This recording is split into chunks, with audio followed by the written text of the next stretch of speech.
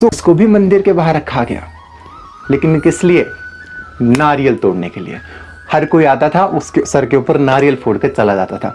तो अब जिंदगी भर वो कष्ट सहने वाला है दूसरा पत्थर, जिसने एक टाइम के ऊपर एक्शन नहीं लिया। वहीं पे जो दूसरा हमारा पत्थर था, जिसने एक टाइम के ऊपर एक्शन लिया था और एक टाइम के ऊपर कष्ट सहे थे, अब वो क्या करने वाला है? पूरी जिंदगी आराम से जीने वाला है। हेलो एंड आई बिलीव कि तुम्हारी प्रिपरेशन बहुत सॉलिड चल रही होगी और तुम ये वेट नहीं कर रहे होंगे कि पेपर कब निकलना है, और तुम कंसिस्टेंटली प्रिपरेशन कर रहे होंगे। और आई थिंक सो अभी तक तुमने क्रैश कोर्स के अंदर भी एनरोल कर लिया होगा हमारे अभ्यास बैच के अंदर। अभी तक एनरोल नहीं किया तो लिंक डिस्क्रिप्शन बॉक्स में और नंबर यहाँ पे स्क्रॉल हो रहे हैं, वहां पे जाके कर सकते हो। अब आज की वीडियो होने किस बारे में है? होनी इस बारे में है कि अब 90 डेज के अंदर पूरा का पूरा सिलेबस किस तरह से कंप्लीट होना है। आपके फिजिक्स के अंदर क्या क्या चीजों को करने की जरूरत है, केमिस्ट्री के अंदर क्या क्या होगा, बायोलॉजी के अंदर क्या क्या होगा, और आपकी जितनी भी इंटरव्यू की स्किल्स हैं वो किस तरह से नरिश किया जाएगा, किस तरह से नर्चर किया जाएगा। बिकॉज एक बात बोलते हैं that officer like qualities are not built overnight, they are developed by the constant hard work that you guys have to do. अब 3 महीने का रिग्रेस प्लान होने का वाला है। हफ्ते में 5 दिन क्लासेस होंगी, छठे दिन भी तुम्हारा टेस्ट है और 7वें दिन भी टेस्ट है। पूरे 3 महीने तक तुम्हारे लिए कोई भी छुट्टी नहीं है। दिन की 5 घंटे क्लासेस होंगी और पहली क्लास सुबह 6:30 बजे तुम्हारी स्टार्ट हो जाएगी, ताकि तुम्हारा जो स्केड्यूल है, अभी तक तुम सो रहे थे, उठ रहे थे, जो मर्जी कर रहे थे, लेकिन अभी जो तुम्हारा स्केड्यूल है, तुम सबसे ज्यादा मुझे एक्टिव चाहिए in the time of morning. क्योंकि मॉर्निंग का ऐसा टाइम होगा कि जब तुम्हारा पेपर होगा, क्योंकि पेपर तुम्हारा रात को तो नहीं होगा ना, पेपर तुम्हारा मॉर्निंग में ही होना है। तो वो टाइम मुझे तुम्हारा चाहिए। उस टाइम के ऊपर सुबह के 8 से 9 बजे तुम्हारा जो कंसंट्रेशन का जो लेवल है वो पीक पे होना चाहिए। हर हफ्ते तुम्हारे 2 मॉक टेस्ट होंगे और उसके अंदर के जो टॉप 5 रैंकर्स होंगे उनको हम लोग पर्सनल इंटरव्यू असिस्टेंस देंगे। हर महीने इंटरव्यूज वहां पर होंगे। हर हफ्ते के टेस्ट के बाद आपके इंटरव्यूज कंडक्ट होंगे।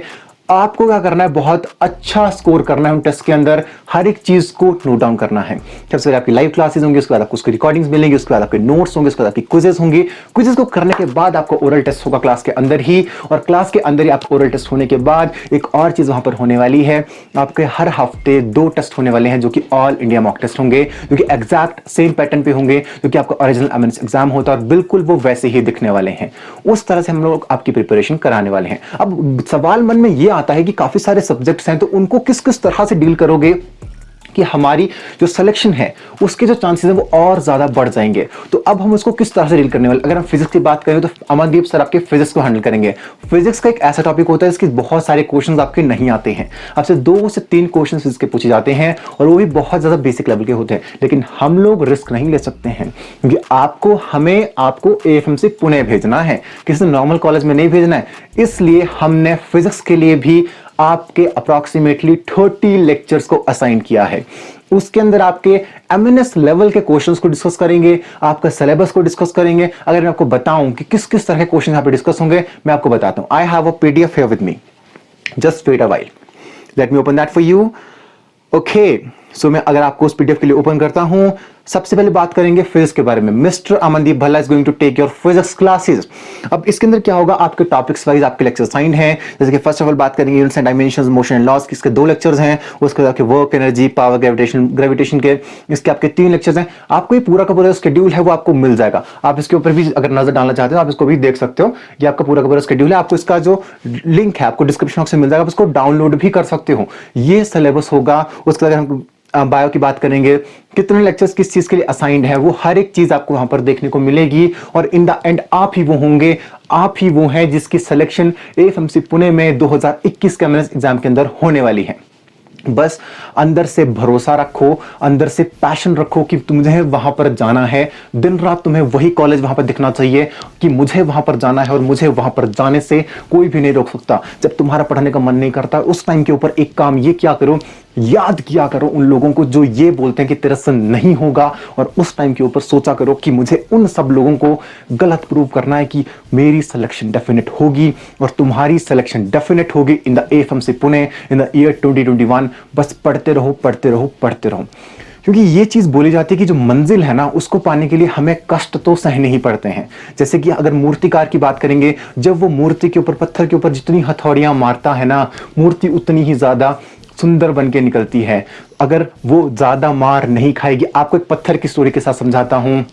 2 पत्थर थे, 2 पत्थरों में से एक पत्थर आया। देखो, एक मूर्तिकार है, मान लो जी मैं मूर्तिकार हूँ। अब मैंने क्या करा, मैं आपके पास चला आया।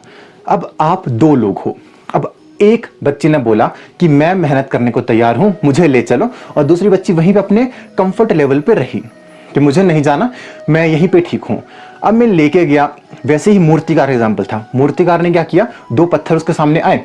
अब उन पत्थरों से बोला कि चलो मुझे मूर्ति बनानी है भगवान की, ठीक है, मुझे भगवान की मूर्ति बनानी है, तो चलो मेरे साथ। तो अब हुआ क्या वहां पे, अब 2 पत्थरों में से एक पत्थर ने बोला कि नहीं मुझे मत लेके जाओ, इसको ले जाओ। अब दूसरा पत्थर टूटने के लिए तैयार था, वो कष्ट सहने के लिए तैयार था, और वो उसके साथ मूर्तिकार के साथ चला गया। मूर्तिकार ने उसको बहुत सारी वेदनाएं दी, बहुत सारे कष्ट उसने सहे, बार बार उसके ऊपर हथौड़ा पड़ता था, वो चिल्लाता था।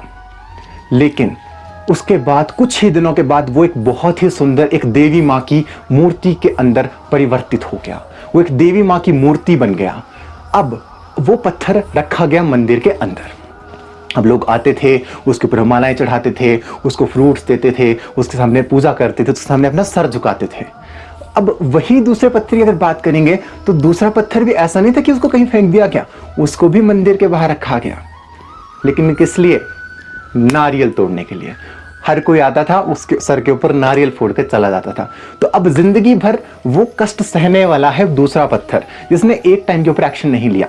वहीं पे जो दूसरा हमारा पत्थर था, जिसने एक टाइम के ऊपर एक्शन लिया था और एक टाइम के ऊपर कष्ट सहे थे, अब वो क्या करने वाला है, पूरी जिंदगी आराम से जीने वाला है, पूरी जिंदगी बहुत अच्छे से जीने वाला है। उसको सब लोग उसकी पूजा करेंगे, सब उसका पाठ करेंगे, हर एक चीज के साथ पूरी की पूरी जिंदगी होने वाली है। तो वही डिफरेंस होता है, that's the difference between the winners and the losers. Winners are not made by a special way. वो ना विनर्स कुछ एक्स्ट्रा नहीं करते हैं। Winners don't do something different, but they do the things differently. आपको भी चीजों को डिफरेंटली करना है, तभी आपकी जो सिलेक्शन है वो एमएनएस 2021 एग्जाम के अंदर होगी, और आप भी जाएंगे एएफएमसी पुणे, और आप ही वो हैं, आई बिलीव कि आप ही वो हैं जो अगले साल in the year 2021 AFMC Pune के अंदर जाने वाले हैं।